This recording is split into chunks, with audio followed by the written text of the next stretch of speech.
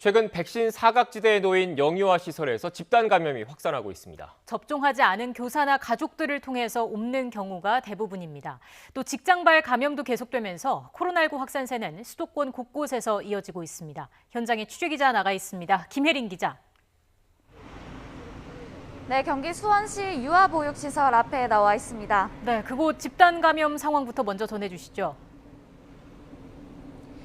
네, 이곳 시설은 첫 확진자가 나온 뒤 지금은 폐쇄된 상태입니다.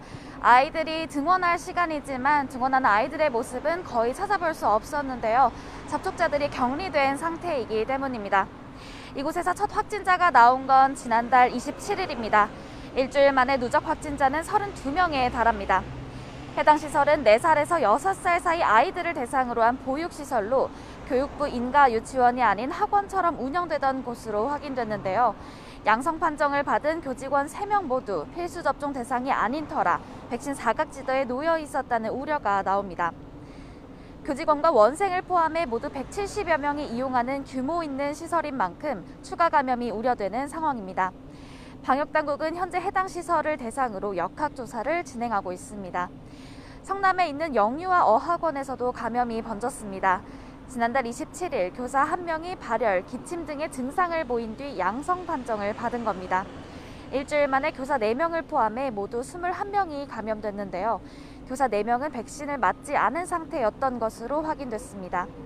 첫 확진자가 나온 직후 해당 시설은 폐쇄되고 접촉자들은 자가격리에 들어갔지만 자가격리 도중에 추가 확진자가 나왔습니다. 방역당국은 시설에 대한 역학조사를 진행하고 있는데 현재까지 방역수칙 위반은 없었던 것으로 확인됐습니다. 이처럼 최근 교직원이 백신 필수 접종 대상이 아닌 영유아 시설을 중심으로 집단 감염이 확산하고 있는데요. 면역력이 약한 영유아를 대상으로 감염이 번지고 있어 아이들이 백신 사각지대에 놓여 있다는 지적이 나오는 상황입니다.